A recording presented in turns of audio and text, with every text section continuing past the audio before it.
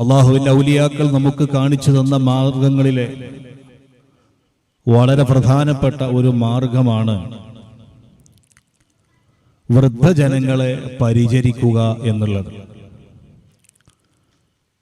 വയസ്സായ ആളുകളെ പരിഗണിക്കുക എന്നിടത്ത് നമ്മുടെ കുടുംബങ്ങളിൽ, വീടുകളിൽ ഇന്ന് നടന്നുകൊണ്ടിരിക്കുന്ന ചില സാഹചര്യങ്ങൾ ദുഃഖകരമാണ്. 5 മക്കളുള്ള പിതാവിനെ നോക്കാൻ ചെറിയവൻ തന്നെ വേണം എന്ന ഒരു നിലപാട് എവിടെ നിന്നോ കടന്നു വന്നിരിക്കുന്നു നമ്മുടെ ഇടയിൽ. മൂത്ത ആളുകൾ, മുതിർന്ന ആളുകളൊക്കെ സ്വന്തം വീട് വെച്ചു അവരവരുടെ ഭാര്യ കുടുംബമായി മാറി. ഇനി മാതാപിതാക്കളുടെ പൂർണ്ണ ഉത്തരവാദിത്വം മാതാപിതാക്കളെ സംരക്ഷിക്കേണ്ടതും പരിചരിക്കേണ്ടതും ചെറിയ മകനും ചെറിയ മരുമകളുമാണ് എന്നൊരു തോന്നൽ ചില വീടുകളിലൊക്കെ സംജാതമാകുന്നത് നമ്മുടെ ശ്രദ്ധയിൽപ്പെട്ട. നമ്മുടെ നാട്ടിൽ അങ്ങനെയാണ്. ചെറിയ ആൾക്ക് പെര കൊടുക്കുക, ബാക്കിയുള്ളവരൊക്കെ സ്വന്തം വീട് വെച്ച് നീങ്ങുക. തറവാട് വീട് ചെറിയവൻ എന്നൊരു നയമുണ്ട്.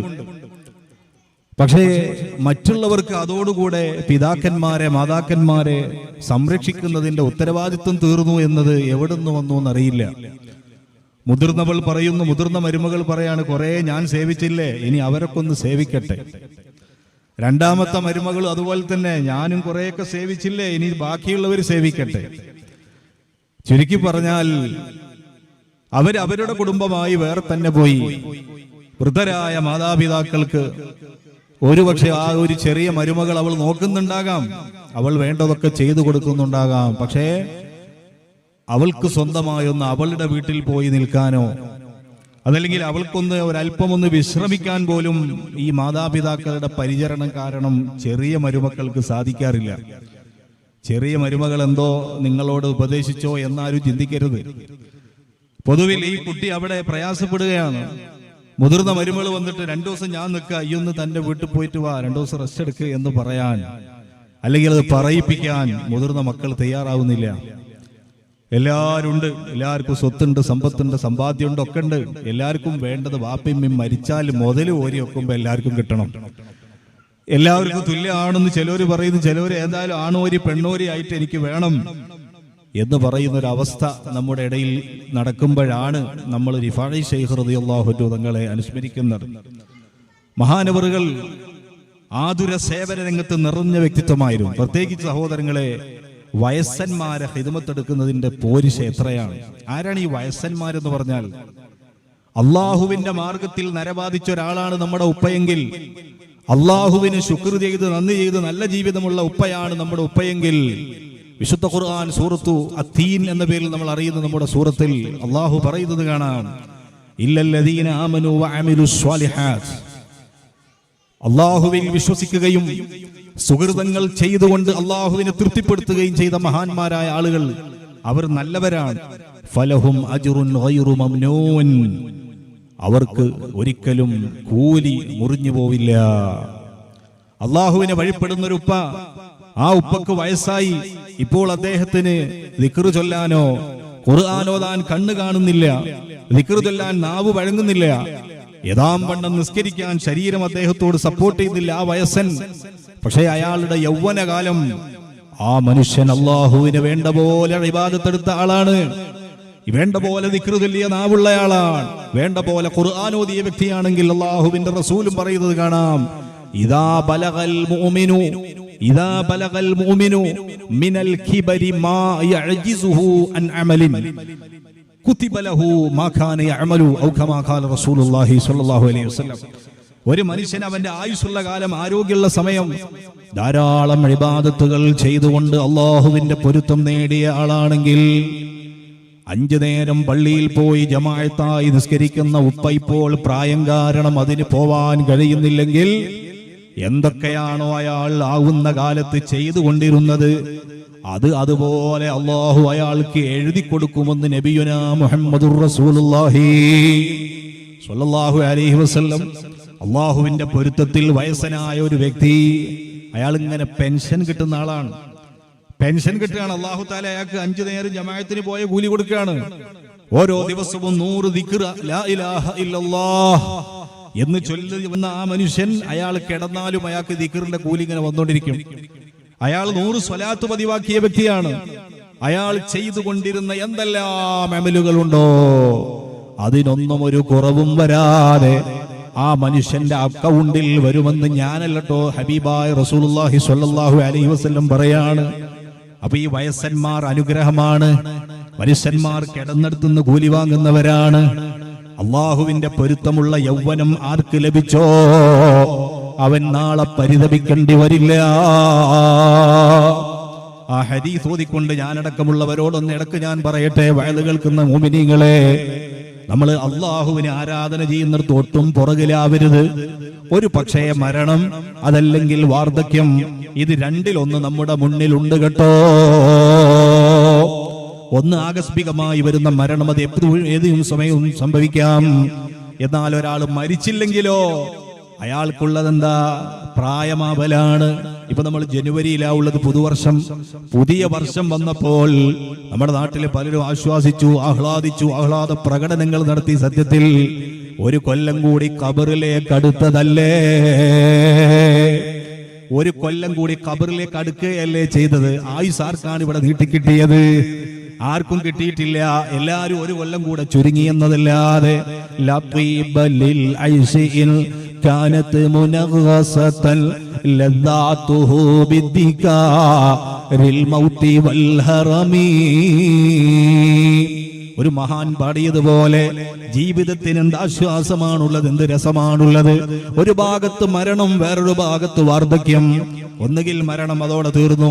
അതല്ലെങ്കിൽ വാർദ്ധക്യ സഹജമായ ബുദ്ധിമുട്ടുകളെ തുടർന്ന് വീട്ടിന്റെ ഒരു മൂലയിൽ ഒതുങ്ങിപ്പോവുക എന്നതല്ലാതെ, ഇത് രണ്ടുമല്ലാതെ വേറെന്താണ് ഈ ജീവിതത്തിൽ ഇവിടെ ഉള്ളത്?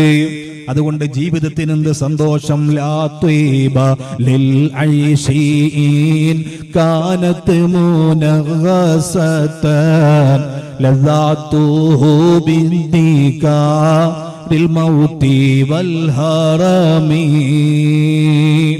ഞാൻ പറഞ്ഞു വന്നത് സഹോദരങ്ങളെ, ജീവിതത്തെ ക്രമപ്പെടുത്തുക, എല്ലാ അമലുകളിലും വ്യാപൃതനാവുക, ഒരു അമലും മുടക്കണ്ട.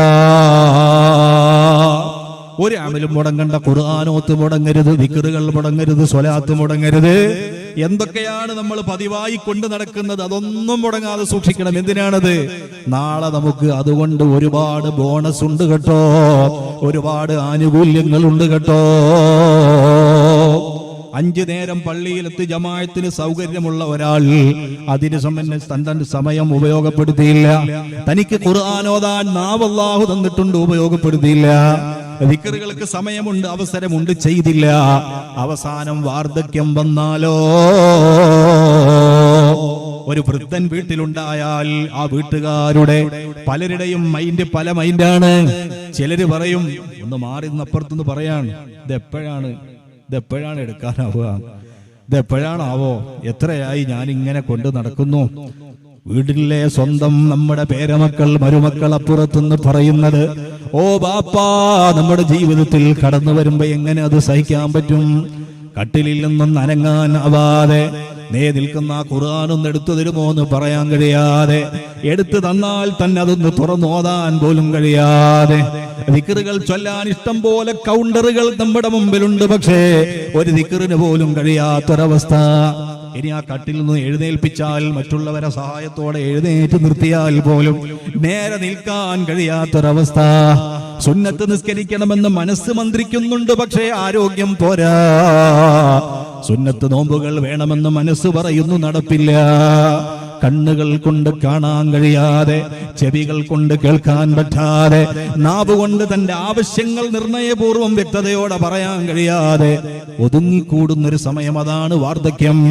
ഒന്നുകിൽ ഇത്, അതല്ലെങ്കിൽ മരണം. ഇതല്ലേ ഈ ഭൂമി ലോകത്തെ ദിവസങ്ങൾ നമ്മെ ക്ഷമിക്കുന്നത്? ഈ രാത്രി നമ്മെ ക്ഷണിക്കുന്നത് അതിലേക്കല്ലേ? യഥാർത്ഥത്തിൽ ആരാണിവിടെ സുഖലോലുപതയിൽ കഴിയാനുള്ളത്? എല്ലാവർക്കും വരാനുള്ള ഈ രണ്ടവസ്ഥ മുന്നിലുള്ളപ്പോൾ അമിതമായി ആഹ്ലാദിക്കലെങ്ങനെ? അമിതമായി റബ്ബിനെ ഓർമ്മയില്ലാത്ത അവസ്ഥ വരലെങ്ങനെ? സഹോദരന്മാരെ, സഹോദരിമാരെ, ജീവിതത്തെ അല്ലാഹുവിന്റെ പൂർണ്ണ പൊരുത്തത്തിലേക്ക് മാറ്റിയെടുക്കാൻ ശ്രമിക്കണം. ഇന്നല്ലദീന ആമനൂ വഅമിലുസ് സ്വാലിഹാത്തി ഇന്നാ ലാ നുദിഉ അജ്റ മൻ അഹ്സന അമലാ. സൂറത്തുൽ കഹ്ഫിലൂടെ അല്ലാഹു പറഞ്ഞു, അല്ലാഹുവിൽ വിശ്വസിക്കുകയും സൽക്കർമ്മങ്ങൾ ചെയ്യുകയും ചെയ്യുന്നവർ, ഖുർആൻ പറയുന്നിടത്തൊക്കെ പറഞ്ഞൊരു കാര്യമാണ്, ഇന്നല്ലദീന ആമനൂ വഅമിലുസ് സ്വാലിഹാത്ത്. തീർച്ചയായും വിശ്വാസികൾ എന്ന് പറഞ്ഞു നിർത്തുന്നില്ല, അവിടെ ഒക്കെ കൂട്ടിക്കൊടുത്ത് പറയുന്നത് കാണാം, വഅമിലുസ് സ്വാലിഹാത്ത്, സുകൃതം ചെയ്യുന്നവർ, സുകൃതികളായ ആളുകൾ, അവർക്കാണ് ഈ നന്മകൾ. ഇന്നാ ലാ നുദിഉ അജ്റ മൻ അഹ്സന അമലാ. അമലുകൾ മുടക്കുന്ന ഒരു പണി നമ്മൾ ചെയ്യൂല. ആരാണോ കൂടുതൽ ചെയ്തത് അവർക്ക് നമ്മൾ കൊടുക്കുന്നതാണ്. അവർക്ക് നമ്മൾ ഒന്നും പാഴാക്കി കളയില്ലെന്ന് ഖുർആൻ പറയുന്നു. അതുകൊണ്ട് വയസ്സുകാലത്ത് നമുക്ക് റേഷൻ വാങ്ങണമോ, വയസ്സുകാലത്ത് നമുക്ക് അള്ളാഹു നൽകുന്ന പ്രത്യേക പെൻഷൻ വേണമോ, ജീവിതത്തെ ആ രൂപത്തിലേക്ക് നമ്മൾ ക്ലിയർ ചെയ്തെടുക്കണം. അള്ളാഹു തആല തൗഫീഖ് നൽകട്ടെ. അതിൻ്റെ ഇടയ്ക്ക് ഞാൻ പറയുന്നു, വീടുകളിൽ വയസ്സന്മാരെ പരിചരിക്കുന്ന ഉപ്പമാരോട്, എൻ്റെ പ്രിയപ്പെട്ട ഉമ്മമാരോട്, അള്ളാഹുവിന്റെ പ്രീതി കാംക്ഷിച്ചുകൊണ്ട് നമ്മുടെ വയസ്സുള്ളവരെ നാം പരിചരിക്കണം. ആരെയും നമ്മൾ വെറുപ്പിക്കരുത്. ഞാൻ പറഞ്ഞില്ലേ, അവര് വെറുതെ കിടന്നാലും കൂലിയാണ്. അള്ളാഹുവിന്റെ റസൂല് പറഞ്ഞു, ഒരു മനുഷ്യന് മാതാപിതാക്കളെ പ്രായമുള്ള സമയത്ത് രണ്ടുപേരെയോ അതല്ലെങ്കിൽ അവരിൽ ഒരാളെയോ കിട്ടിയിട്ടും അവന് സ്വർഗം കിട്ടിയില്ലെങ്കിൽ വലിയ പരാജയമാണ് അയാൾക്ക് സംഭവിക്കുന്നത്. ഉമ്മനും ബാപ്പനും കിട്ടി, അല്ലെങ്കിൽ ബാപ്പനെ കിട്ടി, അല്ലെങ്കിൽ ഉമ്മയെ കിട്ടി, രണ്ടുപേർക്കും പ്രായമുണ്ട്. ആ സമയത്ത് ഇവന്റെ കയ്യിൽ കിട്ടിയിട്ട് അവരെ പന്താടുന്ന മക്കളെ എത്ര ആളുകളാണ്. അതിന്റെ വില അവർ മനസ്സിലാക്കുന്നില്ല. അവരുടെ സുഖങ്ങൾക്ക് കുറവ് വരുന്നതിനെ അവർ ഇഷ്ടപ്പെടുന്നില്ല. പലപ്പോഴൊക്കെ മക്കളത്തരം വാക്കുകൾ പറയുന്നതിന് ഭാര്യമാർ കാരണക്കാരാവുന്നെങ്കിൽ ഉമ്മമാരും അത് ശ്രദ്ധിക്കണം. നമ്മളെ നാവുകൊണ്ട് നമ്മുടെ ഭർത്താവും ഉമ്മയും ഉപ്പയും തമ്മിൽ, നമ്മുടെ ഭർത്താവിന്റെ ഉമ്മയും ഉപ്പയും തമ്മിൽ അവര് അകലാൻ കാരണമായി കൂടാ. അത്തരമൊരു സാഹചര്യം ഉണ്ടായാൽ നഷ്ടം നമ്മുടെ ഭർത്താവിനാണ്. കാരണം മകന് ബാപ്പയെ കിട്ടിയിട്ട് സ്വർഗം നഷ്ടപ്പെടുത്തിയ ഭാര്യയായി നമ്മൾ മാറാൻ പാടില്ല. പ്രായമുള്ളവരോട് ഓർമ്മപ്പെടുത്തട്ടെ, നമ്മുടെ മക്കളെ പോലെ മരുമക്കളെ കാണണം. അവർ ചെയ്യുന്ന സേവനത്തെ വലുതായി കാണണം. അവർ ചെയ്യുന്ന ചെറിയ സേവനത്തെയും നമ്മൾ വലിയ മുഖവിലയോടെ കാണണം. അവരെ കുറ്റപ്പെടുത്തുന്ന, വേദനിപ്പിക്കുന്ന വാക്കുകൾ പ്രായമുള്ളവരും പറയരുത്. എത്രയോ മരുമക്കൾ സ്വന്തം ഉമ്മയെ പോലെ, സ്വന്തം മക്കളെ പോലെ, സ്വന്തം പിതാവിനെ പോലെ ഭർത്താവിന്റെ ബാപ്പമാരെ നോക്കുന്ന എത്രയോ നല്ല ഉമ്മമാരുണ്ട്. ഭർത്താവിന്റെ ഉമ്മയെ സ്വന്തം ഉമ്മയെ നോക്കും പോലെ നോക്കുന്നവരുണ്ട്. അത് അവർക്കും വലിയ നേട്ടത്തിന് കാരണമാണ്. അതുകൊണ്ട് സ്വർഗം സമ്പാദിക്കാൻ കഴിയുന്നതാണ്. സേവന മനസ്സിന്ന് കുറഞ്ഞു വരുന്നു. പലരിലും നമ്മൾ കാണുന്നതാണ്. ഏത് സ്ഥലത്തും സേവന മനസ്സ് വേണം. അതാണ് അഹ്മദുൽ കബീർ റിഫാഈ ഖദ്ദസല്ലാഹു സിർറഹുൽ അസീസ്. യാ റിഫാഈ യാ റിഫാഈ യാ റിഫാഈ സയ്യിദി അഹ്മദൽ കബീരി റജാഈ. അല്ലാഹു മഹാനവറുകളെ കൊണ്ട് നമുക്കും ആ ഒരു സന്മനസ് നൽകുമാറാവട്ടെ. സേവനത്തിനൊന്നും മുൻനിരയിലാണ്. ഈ സേവനം നമ്മൾ പുറമെടുത്തിട്ട് കാര്യമില്ല. പൊതുജനങ്ങളെ മുമ്പിൽ ഭയങ്കര സേവനം, അങ്ങ് അവിടെ എത്ര ചെയ്തു, ഇവിടെ എത്ര ചെയ്തു. സ്വന്തം ഉപ്പയ്ക്ക് സേവനം കിട്ടുന്നില്ല, സ്വന്തം ഉമ്മയോട് പരിഗണന കാണിക്കുന്നില്ല. നിങ്ങൾക്കറിയുമോ സഹോദരങ്ങളെ, മഹാനായ നബിയുല്ലാഹി മൂസൽ കലീം അലൈഹിസ്സലാം മഹാനവറുകൾ അല്ലാഹുവിനോട് ദുആ ചെയ്തു, അല്ലാഹുവേ സ്വർഗത്തിലെ എന്റെ കൂട്ടുകാരൻ ആരാണെന്ന് ദുനിയാവിൽ നിന്ന് കാണിച്ചു തരാമോ? സ്വർഗത്തിൽ എന്റെ കൂട്ടുകാരൻ ആരായിരിക്കും? അയാളൊന്ന് ദുനിയാവിൽ വെച്ച് കാണാൻ ഒരു ആഗ്രഹം. മഹാനായ മൂസാ നബി അലൈഹിസ്സലാം ദുആ ചെയ്തു. അല്ലാഹു തആല മറുപടി നൽകുന്നു, നിങ്ങളുടെ സ്വർഗത്തിലെ കൂട്ടുകാരൻ അങ്ങാടിയിൽ മാംസക്കച്ചവടം ചെയ്യുന്ന ആ ചെറുപ്രായക്കാരനാണ്, ആ യുവാവാണ്. അയാൾ ഇറച്ചിക്കച്ചവടം നടത്തുന്ന ആളാണ്, അറവുശാലയിലെ ജോലിക്കാരനാണ്. മൂസാ നബി അലൈഹിസ്സലാം അത്ഭുതപ്പെട്ടു. നബിമാരുടെ കൂട്ടത്തിൽ പവർ കൂടിയവരാണ് ഉലുൽ അസ്മുകൾ.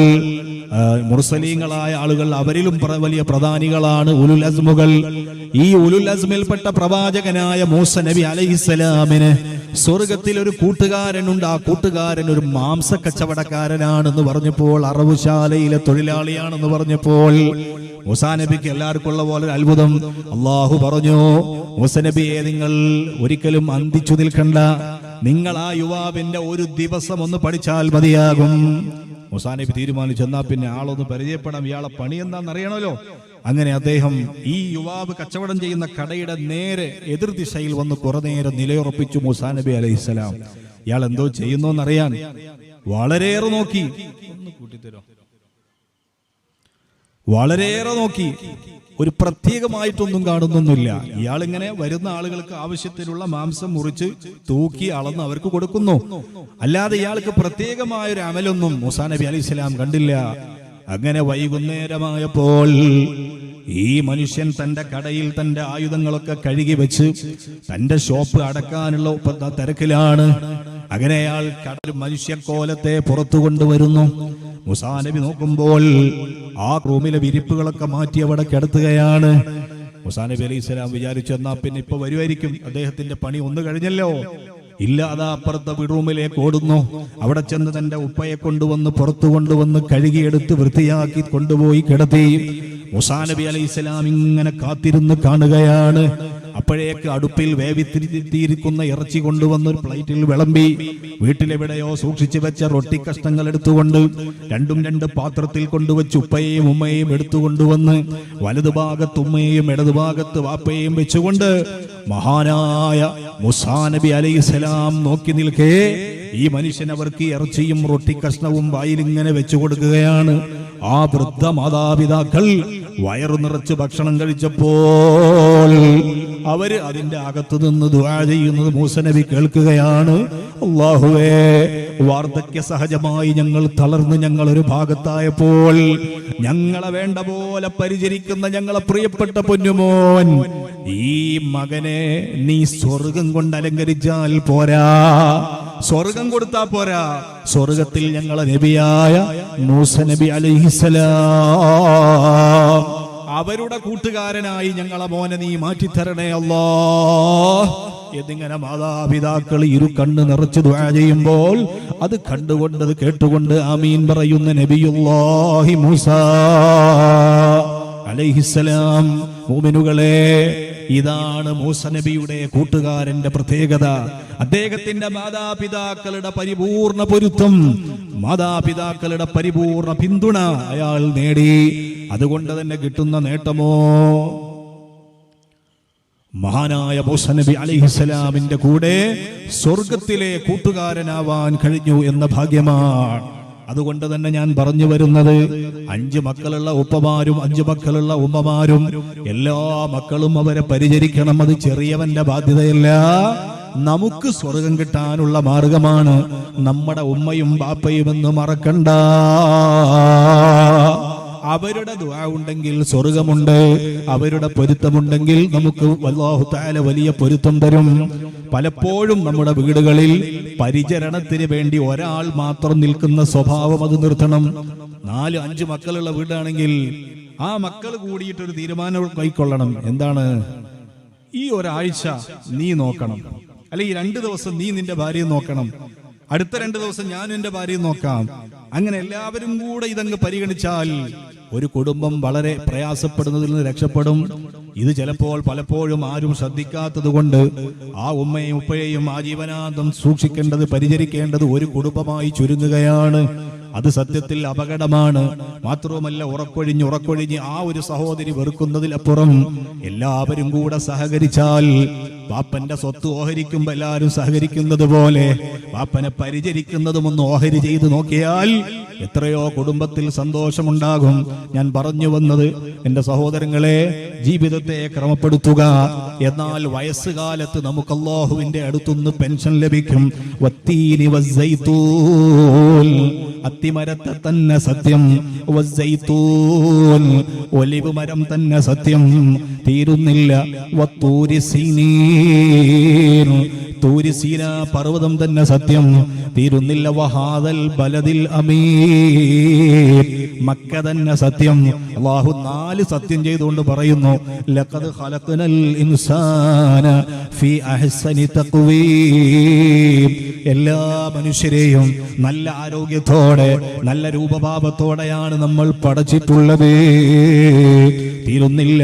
സുമ്മ റദദ്നാഹു അസ്ഫല സാഫിലീൻ. പിന്നെ ചിലരെ നമ്മൾ വൃദ്ധരാക്കും, ചിലരെ നമ്മൾ വയസ്സന്മാരാക്കും. അവര് വയസ്സന്മാരാകുന്നതോടെ ചെവിക്കും കണ്ണിനും പവർ ചുരുങ്ങും.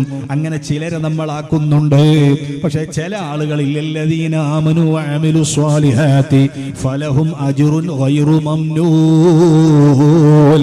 വയസ്സ് 97 ആയാലും അവര് കിടന്നിടത്താണെങ്കിൽ പോലും അവരുടെ അമലിന്റെ കൂലി നമ്മൾ മുടക്കൂല എന്ന ആ ഒരു സന്തോഷ വാർത്ത ഈ സദസ്സിൽ ഓർമ്മപ്പെടുത്തുകയാണ്. ജീവിതം ക്രമപ്പെടുത്തിക്കോ, മലക്കുകൾ രേഖപ്പെടുത്തുന്നുണ്ട്. ഇതുപോലെ നമ്മൾ കിടന്നാലും നമുക്ക് കിട്ടുന്ന ഒരവസ്ഥ ഉണ്ടാകും. അല്ലാഹു തൗഫീഖ് നൽകട്ടെ.